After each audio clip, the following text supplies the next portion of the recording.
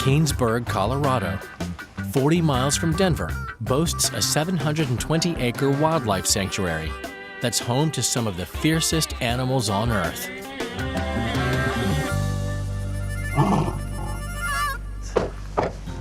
I'm Dr. Nichols. Nice to meet you, Dr. Nice to meet you. The sanctuary is nonprofit and they rely on donations and grants, and so Planned Parenthood, we're a low-cost clinic and we like to come out and help whenever we can. Yeah, thanks for coming out today. Yeah. Appreciate you taking the time to come. Today we have 4 lionesses that need to have contraceptives placed so that they can't get pregnant. It's been 2 years, and the contraceptive implants need to be replaced. The girls are getting kind of flirty with the boys and got to take care of that. Well, it's always important to make sure we have a vet to make sure the procedures go well. Oh, nice. Planned Parenthood knows no bounds, huh? There you go. The sanctuary was started 35 years ago to take in captive animals like large carnivores. Otherwise, they would have been euthanized. We started to have a problem in the United States where people got them as pets, and so we've spent the last 35 years helping round up all these animals that are in people's basements, apartments, backyards, and in roadside zoos. We have about 65 African lions here, the same number in tigers. We have over 140 bears here, including grizzly bears, all sorts of animals. These animals are rescued, and the idea behind this certainly is not to have breeding of the animals. We're trying to control that population. We can't neuter the boys. If you neuter them, their mane will fall out, and that's a huge part of how they establish who's the king and dominant male. We've got 4 girls that are in this habitat with this pride. There's 3 boys in there. A little bit. Dr. Nichols will inject the contraceptives into the females. So I'm just getting the implant out here. This is the contraceptive here that we're here to administer.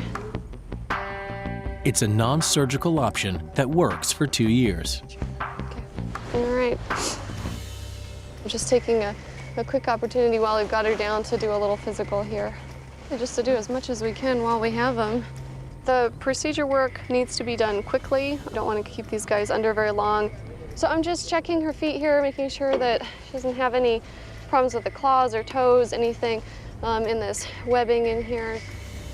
So she's actually declawed here on the front paws. And as these guys have rescued a lot of these animals, These came from circuses in Bolivia. and I haven't looked at her mouth at all yet. Is she down enough to look at, I think? Nancy, probably not. Mama is. It's very humbling to be next to something so powerful. Looking at their mouth and looking at their claws, you're just filled with, yeah, kind of vulnerability and respect. They each have individual personalities that you love, but you always have to remember this is a lion, this is a tiger. So she's got a little tartar on those back molars. Yeah, looks pretty good otherwise. So they're checking out well on physical. We've administered all the contraceptive implants, and they're ready to go back into their habitat today. She's gonna be waking up soon, so for safety, we're gonna have her in the cage here.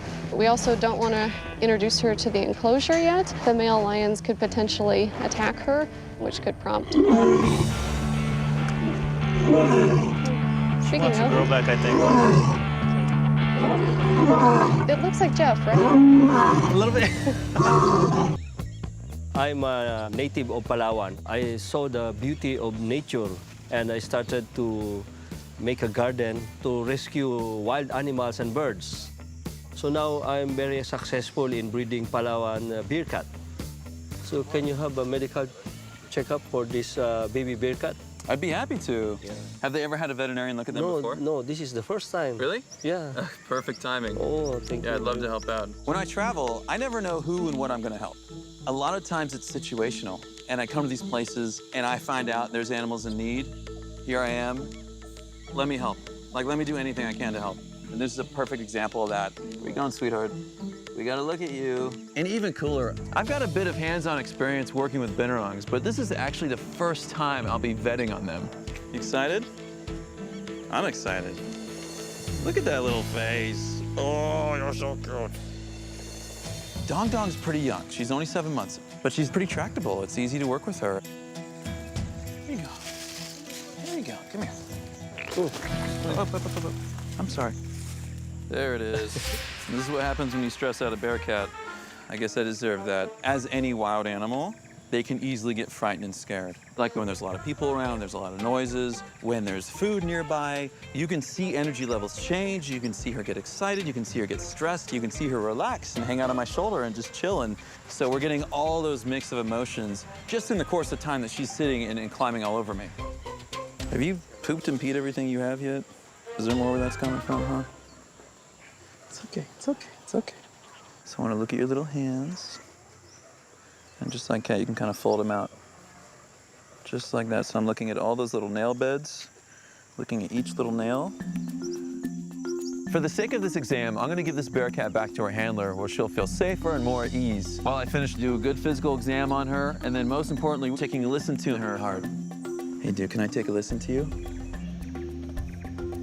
I've never heard a baby binturong heart. I'd love to hear yours. I'll let you take a look at this, dude. This is the stethoscope. I want you to explore it and be comfortable with it before I put it on your little chest. You can take a little bite out of it, that's fine. I want you guys to look at his canines and just show you, look at those teeth, look at the teeth. If those teeth got a hold of you, that would not be fun. That's a pretty nasty bite, actually. I know, this is weird. Oh, your heart sounds good, dude. Nice, healthy heart rate, steady rate, no murmur, regular rhythm. Very happy with what I'm hearing here. I mean, this is why I travel. Don't get me wrong, I love to help animals. I do it for them. But a big part of it is selfish reasons just to get to do things like this. To have a binturong nibbling on my nose and climbing on my head is like so special. Why do I feel so warm all over my shoulders? You peed on me again, didn't you? Over the last few days, we've tried a lot of different methods to try to get this cub to put her legs in the right spot. And today we have Dr. Alvarez from the Animal Medical Center who specializes in animal rehabilitation, and she can hopefully give us some pointers as to where to go next. Let's watch how she's functioning in the device that you have right now. Does she ever rise higher on her forelimbs? If we help her. If you help her. So these are postural tests, so just to see if they're aware of where their limbs are in space. So normally what she should do, what she may do in the front is hop. Yeah, there she goes. So that's normal.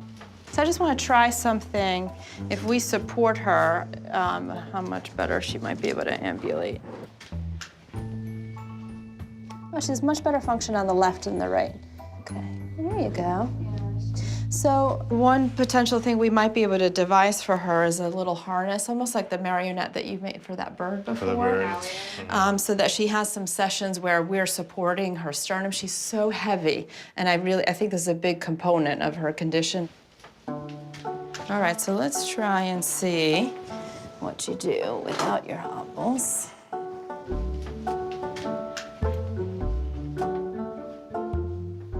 Does this hurt her? No, it shouldn't hurt her Shouldn't at all. hurt, right? No, not at all. Based on what I'm seeing with the cub today, it does sound like it might be similar to the condition in dogs, which is swimmer syndrome. With swimmer syndrome, the muscles that are weak are the adductors on the inside of her thigh, which is why they can't get those limbs underneath them. So walking, it looks more like swimming because their legs are splayed to the side. Puppies or kittens that are born with swimmer syndrome, they're frequently larger in size than they're meant to be, so they're carrying more weight on their body. oh, you definitely feel that. I think your sciatic nerve is fine. My prognosis for this snow leopard is optimistic. I don't want to say that she will definitely recover, but in a period of approximately 30 to 40 days, we should see some significant improvement. What she needs more than anything is strengthening. So if we can get her up on her feet and mobilize, I mean, you saw the difference when I supported her. I mean, she was really able to mobilize so much better. And then if you can combine a little bit of your hobbles and maybe even that harness, this should be a fairly good therapy plan for her. It's really nice to hear the hobbles are working from somebody who's really done it and really has that personal experience. I was hoping that she was going to say we'd see improvement in a week or 2 weeks, but 30, 40 days is still not a lot of time in the overall life of the snow leopard.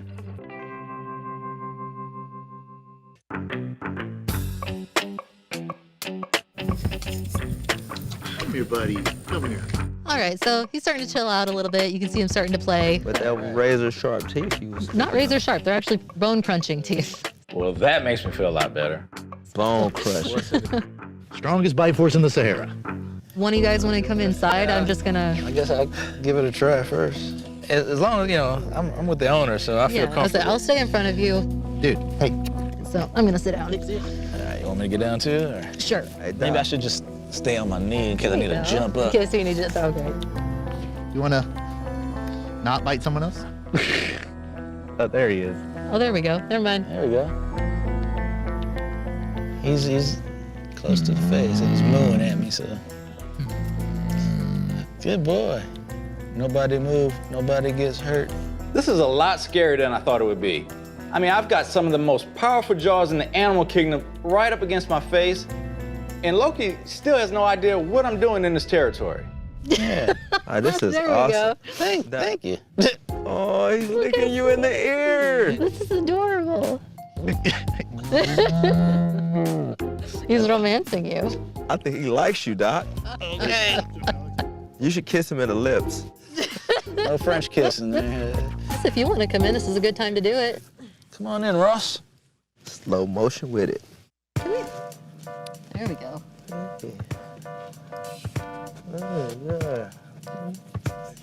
Oh, he loves beards. Yeah. He gonna scratch the hell out of that beard. This isn't too bad. Yeah, this is the first he's been this playful today. Oh, yeah. Oh, Lord, he likes me. Move fast, man. You just let him chew on you. Keep him away from your soft bits. Loki appears to be happy and healthy here at the refuge, and he seems to accept us pretty well. He looks very healthy. You guys have been doing a good job taking care of him. Got the double enclosure here. Looks pretty, you know, secure. Yeah, we'd be more than happy to help you out. And register as Loki's designated vet with the county. Well, I appreciate it. We're very grateful to finally find someone to work with him so we don't have to worry about giving up Loki. That'd be like losing a member of the family. Oh, I'm beyond thrilled that he doesn't have to go anywhere. All right, Loki, nice meeting you, buddy. Yeah. Nice meeting Pleasure. you guys. Maybe we'll bring Blue out here one time.